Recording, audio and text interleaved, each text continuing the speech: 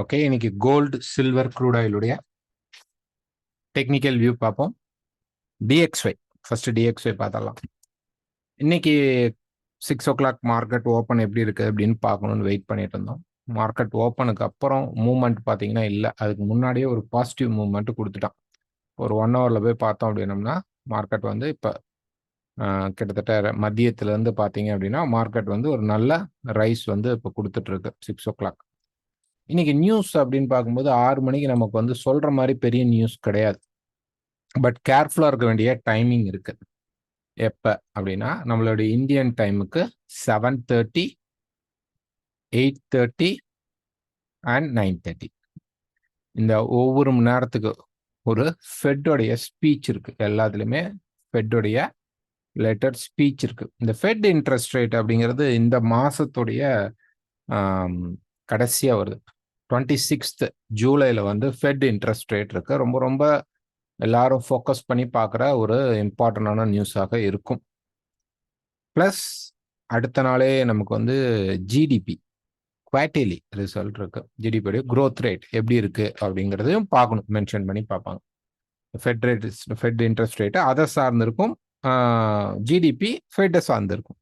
இது ரெண்டுமே வந்து ரொம்ப high impact. Fed related speeches வரும்போது அப்கமிங் வீக்ஸில் நம்ம வந்து ரொம்ப கேர்ஃபுல்லாக இருக்கணும். ஃபெட்டோடைய ஸ்பீச்சே இருக்கு, ஒரு ஸ்பீச் இன்னைக்கு இருக்கு, போய் செக் பண்ணலாம். பார்த்தீங்கன்னா வரிசையாக ஒரு மணி நேரத்துக்கு கொடுத்தது அந்த ஸ்பீச் போட்டிருப்பாங்க. இது எல்லாமே ரொம்ப ரொம்ப முக்கியம். அது என்ன ஸ்பீச் கொடுக்குறாங்க அப்படிங்கிறது வந்து நமக்கு அப்ராக்சிமேட்டாக கரெக்டாக தெரியாது. பட் நடக்க போகிற 26ஆம் தேதியோடைய மூவ்மெண்ட்டுக்கு மார்க்கெட் இப்போ ப்ரிப்பேர் ஆகிடும். ப்ரிப்பேர் மீன்ஸ் எப்படி அப்படின்னா இது எல்லாமே சென்ட்ரல் பேங்க்ஸோடைய டேட்டாஸ். சென்ட்ரல் பேங்க்ஸ் என்ன பண்ணும் அப்படின்னா இந்த ஸ்பீச்சஸ், சென்ட்ரல் பேங்க்ஸ் ஃபெட் அங்கே தான் இன்க்ரீஸ் பண்ணுவாங்க இன்ட்ரெஸ்ட் ரேட். அவங்க என்ன பண்ணுவாங்க அப்படின்னா அழகாக வந்து இந்த மார்க்கெட்டை கொடுக்கக்கூடிய நியூஸ்க்கு மார்க்கெட் என்ன ஆக போகுதுன்னு தெரியும். இப்போ இன்க்ரீஸ் பண்ணால் என்ன ஆகும், டிக்ரீஸ் பண்ணால் என்ன ஆகும் அப்படிங்கிறது தெரிஞ்சிடும். இப்போ டிக்ரீஸ் பண்ணோம்னா என்ன ஆகும், நிறைய பேர் இன்வெஸ்டர்ஸ் வெளியில் போயிடுவாங்க. இன்க்ரீஸ் பண்ணால் எவ்வளோ இன்க்ரீஸ் பண்ணால் இருப்பாங்க. இப்போ ஓவராக இன்க்ரீஸ் பண்ணோம்னாலும் வெளியில் போக வாய்ப்பு இருக்குது. அப்போ ஒரு சாலிட் இன்க்ரீஸ் பண்ணணும். ஏன்னா கிட்டத்தட்ட நான் வந்து தனியாக ஒரு வீடியோ கொடுக்குறேன் இந்த வீக்கு. அந்த ஃபெட் இன்ட்ரெஸ்ட் பேஸ் பண்ணி ஒரு வீடியோ கொடுக்குறோம், ஹிஸ்டாரிக்கல் டேட்டாஸ் வச்சு சொல்கிறோம். அதில் வந்து இப்போ வந்து ஹை பீக்கில் இருக்கும், யூஎஸ் வந்து ஹை பீக்கில் இருக்குது.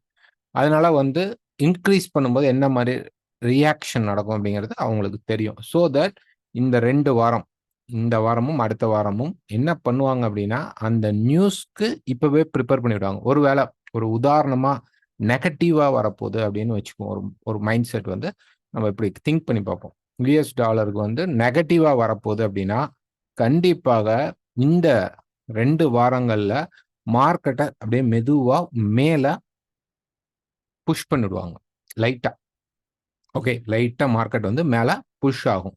அப்போ என்ன தோணும், ஓகே சப்போர்ட் தானே, மார்க்கெட் வந்து ஒரு கரெக்ஷன் பைக்கில் போகிறோம் அப்படின்னு சொல்லிட்டு எல்லாரும் உள்ளே போகும். அந்த நேரத்தில் இந்த ஃபெட் நியூஸ் அப்போ ரொம்ப ஸ்பீடாக மார்க்கெட் கீழே ட்ராப் ஆகும், நம்மளுடைய லிக்விடிட்டிஸ் கலெக்ட் பண்ணுறதுக்காக. இல்லை வரக்கூடிய நியூஸ் வந்து பாசிட்டிவாக அமையலாம், ஒரு 70% பாசிட்டிவாக அமைய போகுது அப்படின்னா என்ன பண்ணுவாங்க, ஒரு கன்சால்டேஷனை கிரியேட் பண்ணி சின்னதாக இன்னும் கீழே இறங்குற மாதிரி ஒரு சுச்சுவேஷனே கிரியேட் பண்ணி மார்க்கெட்டை ரைஸ் பண்ணுவாங்க.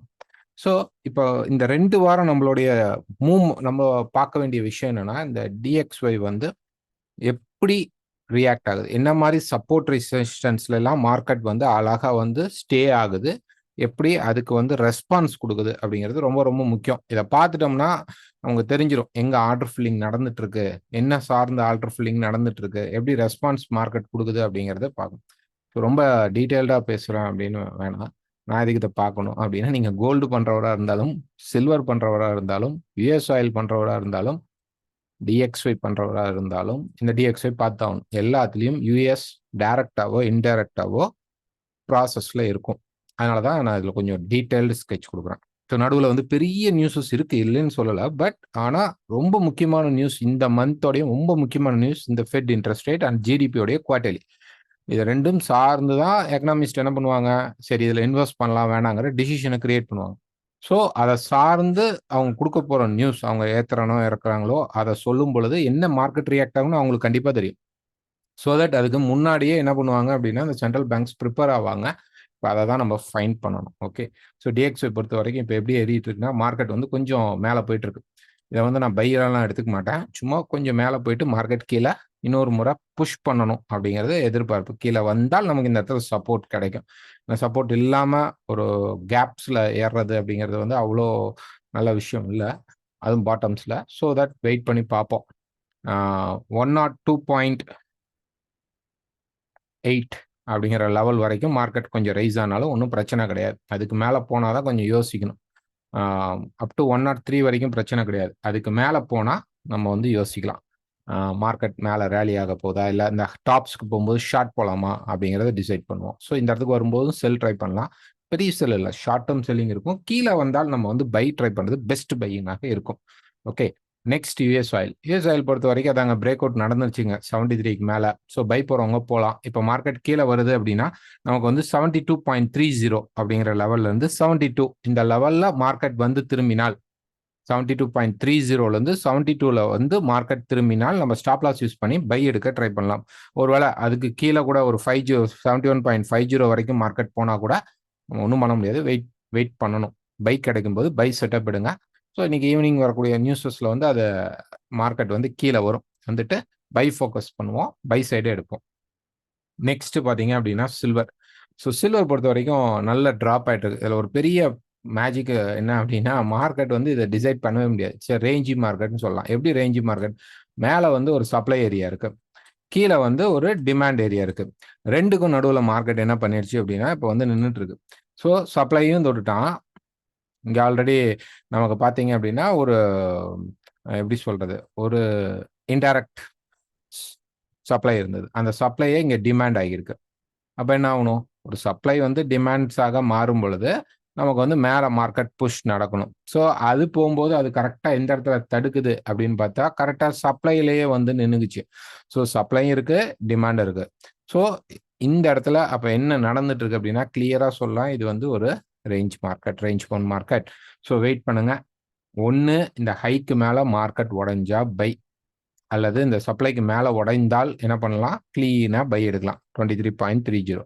இல்லை கீழே வந்து நமக்கு இந்த பாட்டம் உடைஞ்சால் கூட, அதாவது 22.50 உடைஞ்சால் கூட நமக்கு இந்த பாட்டம் உடையிறது தான் பெஸ்ட். 22.3 அப்படிங்கிறது உடையிறது தான் பெஸ்ட்டாக இருக்கும். ஸோ அஃப்கோர்ஸ் இது உடைஞ்சால் கூட நம்ம க்ளோஸ் வச்சுட்டா செல் ட்ரை பண்ணலாம், ஒரு ஷார்ட் டேர்ம் செல்லிங் ட்ரை பண்ணலாம். ஸோ இந்த இடத்துல எந்த டிசிஷனும் தயவு செஞ்சு எடுக்க வேண்டாம். இது வந்து ஒரு ரேஞ்ச் மார்க்கெட்டாக மார்க்கெட் கிரியேட் ஆகுது.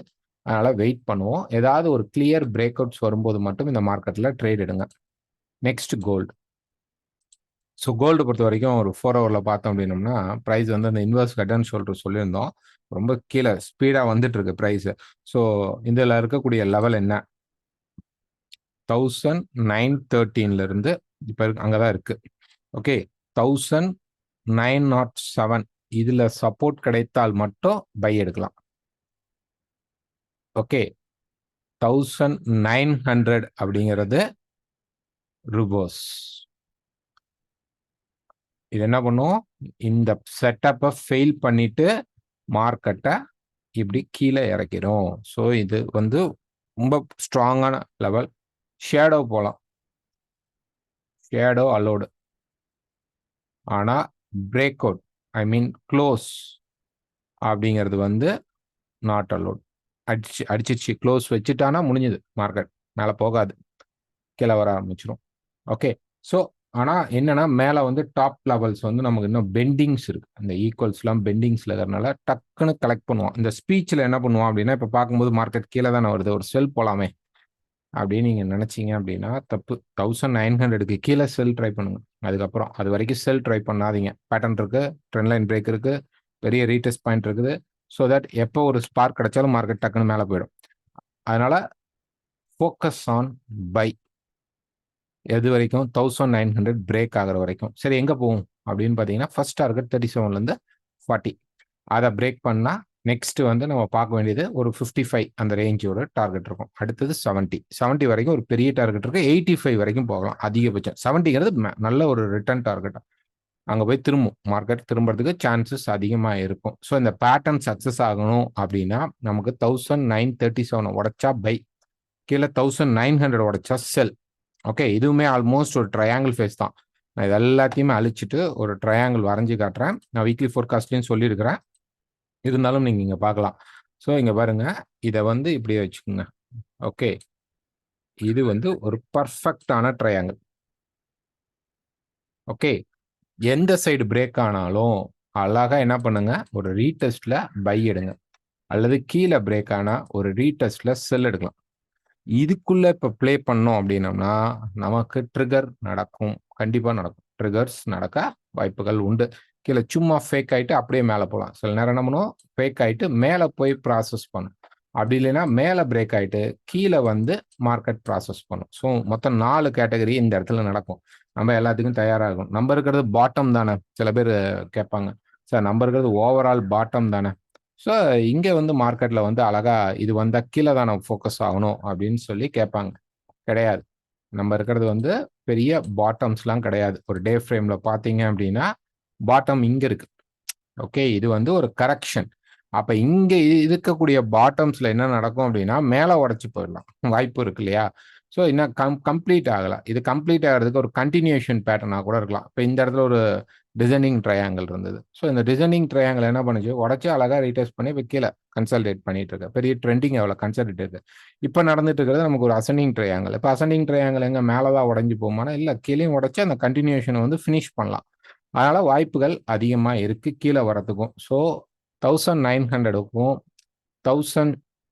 1937ம் முக்கியமான லெவல். இதை இதை வந்து புரிஞ்சுக்கிட்டு இந்த இடத்துல நீங்க உங்க ஆர்டர்ஸை பிளேஸ் பண்ணுங்க. வேடிக்கை பார்க்கறது இந்த டைம்ல ரொம்ப பெஸ்ட். நல்ல பிரேக் அண்ட் ரீடெஸ்ட் ஆகிற வரைக்கும் வெயிட் பண்றது ரொம்ப ரொம்ப நல்லது. ஓகே, ஸோ இந்த வீடியோ பிடிச்சிருந்தா மறக்காம லைக் பண்ணுங்க, ஷேர் பண்ணுங்க, கமெண்ட் பண்ணுங்க. வேற ஏதாவது டீட்டெயில்ஸ் தேவை அப்படின்னா கீழே கமெண்ட்ஸ்ல போடுங்க, அல்லது என்னோட வாட்ஸ்அப் நம்பருக்கு கால் பண்ணுங்க. அதே மாதிரி எங்கள்கிட்ட அக்கௌண்ட் ஓப்பன் பண்ணணும், எங்கள்கிட்ட கிளாஸ் வேணும் அப்படின்னாலும் நீங்க எங்களுக்கு கால் பண்ணி கேட்கலாம். தேங்க்யூ.